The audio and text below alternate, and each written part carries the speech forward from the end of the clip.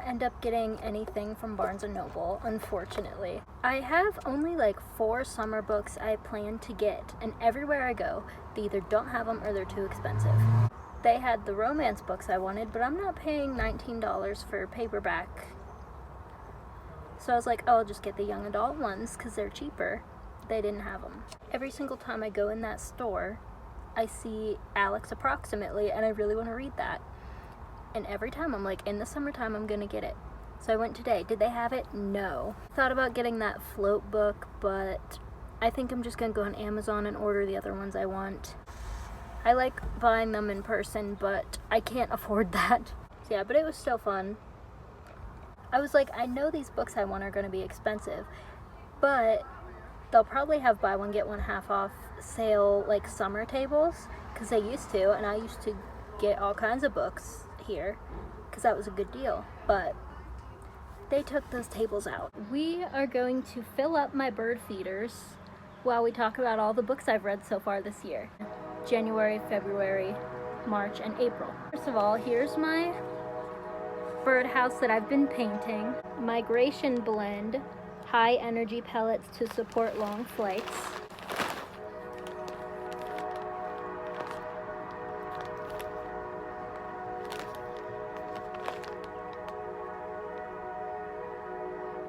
You actually kidding me? So basically this is 5-hour energy but for birds. And then we have this one I used all last year. It's the little cage one, and I got berry treat, berry pellets. It says attracts wider variety of birds. So if you guys see me out here with binoculars becoming a bird watcher, mind your business. So this goes in the cage thing. The loose stuff goes in the birdhouse. First book I read was All the Bright Places by Jennifer Niven. It was really cute. I really liked it. I think I gave it a 4 stars. You want a quick, pretty sad contemporary book. Next I read After We Collided, After We Fell, After Ever Happy by Anna Todd, which are the books in the After series. The most cringy, embarrassing, toxic, garbage fire of a series, but I ate up all of it. I gave all of them like 2 stars. I was just very invested in the whole series. Like 500 to 700 page books. I also watched all the movies. Movies were arguably even worse. Then I read Until Friday Night by Abby Glines. It was a quick YA sports football romance. It was different than I expected it to be. There's a bird. They're already coming. I don't think I'll continue with the series, but it was cute. If you like YA sports romance, go for it. I was obviously in a sports romance phase because then I read The Deal by Elle Kennedy. It was very good. I think I would continue with the series. It just wasn't crazy memorable to me. I read it and I was like, okay, that was good, and then it erases from my brain. Then I read Everything I Know About Love by Dolly Alderton. Everybody talks about how relatable this book was and how inspiring. Certain parts, it deals with death a lot. I really like those parts. They were very well done. I annotated it a lot, and I think it's a book I would like to reread throughout my life. And then I read The Hunchback of Notre Dame by Victor Hugo. My favorite classic of all time. My favorite Disney movie of all time. One of my favorite musicals of all time. I'm actually seeing the musical live next month, or this month in May. It's such a timeless story. Like, it was written hundreds of years ago and it's still so relevant. Better Than Revenge, I think this was by Casey West.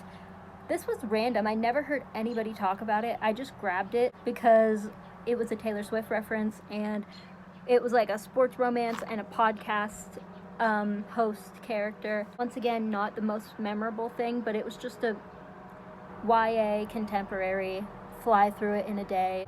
I read Torn by Carrie and Cole. I read this just for the curiosity factor. I have so many annotations because I was like, what the heck is this? What am I reading? This is so gross. But the drama of it was so good. There's like a lot of tension brewing, and you just can't wait for the drama to unfold. I just realized I'm not mentioning what any of these books are about.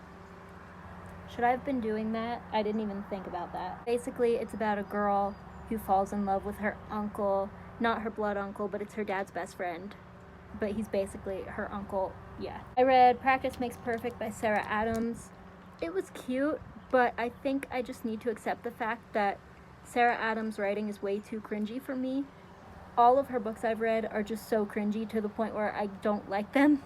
They're just supposed to come off as like quirky, but to me it's just like, no, I don't like it. I don't like how this grown woman is talking and acting. I read Before the Coffee Gets Cold. The potential for this book was so high. The concept was so cool.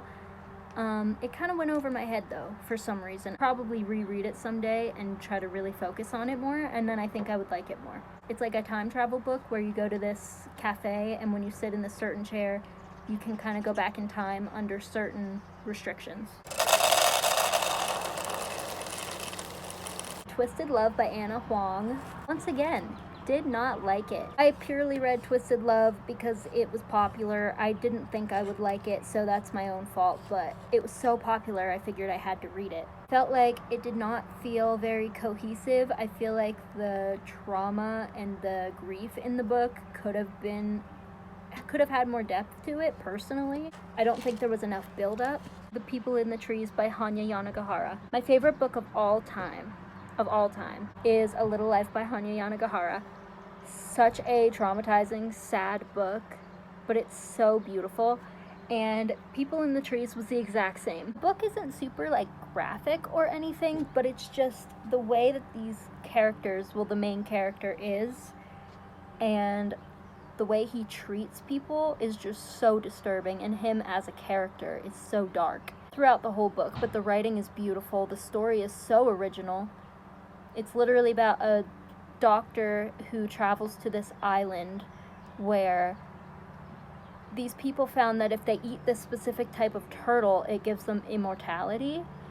And he goes to this island and wants to study them, basically. Colonization and abuse of oppressed people, abuse of natives, ableism. So there's a lot of trigger warnings for the main book. And then if you read the ending part, like the epilogue, I think it's called the postscript in this book, it just makes it everything 500,000 times worse. And I'm not going to spoil it, but you have to make sure you read that ending part to tie everything together. And it's so sad, but oh my gosh, it was crazy because I saw it coming. I expected it was going to happen, but it still made me feel like disgusting. Sadie by Courtney Summers. I partly wish I would have read this in the fall time because it's like a thriller. It's another podcast book.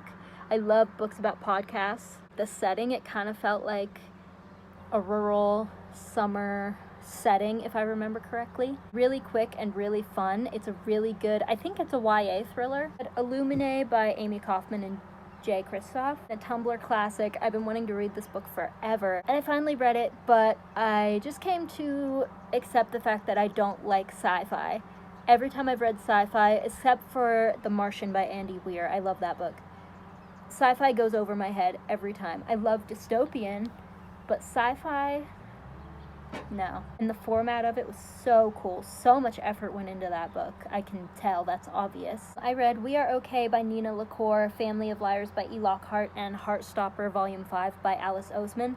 I talked about those books in my Reading Like Tumblr Aesthetics video, so if you want some of my thoughts on those books, you can watch that video. I read When Dimple Met Rishi, one of my new favorite YA contemporaries. It was adorable. It has a lot of diversity. It was so cute. It has no spice, and I really love no spice books because you can tell there's actual effort put into the romance portion. The way the characters would talk about each other was so cute. I could say adorable 500 times and that wouldn't even describe it. For my actual top favorite romance book of the year so far, we have Archer's Voice by Mia Sheridan. I had this book on my TBR for years and I never got to it, and I finally donated it because I was like, I'm never gonna read it.